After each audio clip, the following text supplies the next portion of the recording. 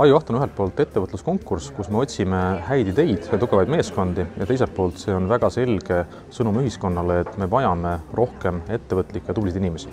Ajujaht näib olevat õppeprogramm, kus valitakse välja siis need, kes väga tahavad õppida ja pannakse nad tõsise koormuse alla. Võimalus enda head ideed, mis on su peas võib-olla aastaid tiksunud, proovida läbi sellises inkubaatoris või testkeskkonnas, kus on žürii, kes teab, kuidas äri käib. Koht, kuhu tulla, 4-5 kuu jooksul aktiivselt tööd teha ja selle tulemusena oma ettevõtet juba elu viia. Tule kindlasti.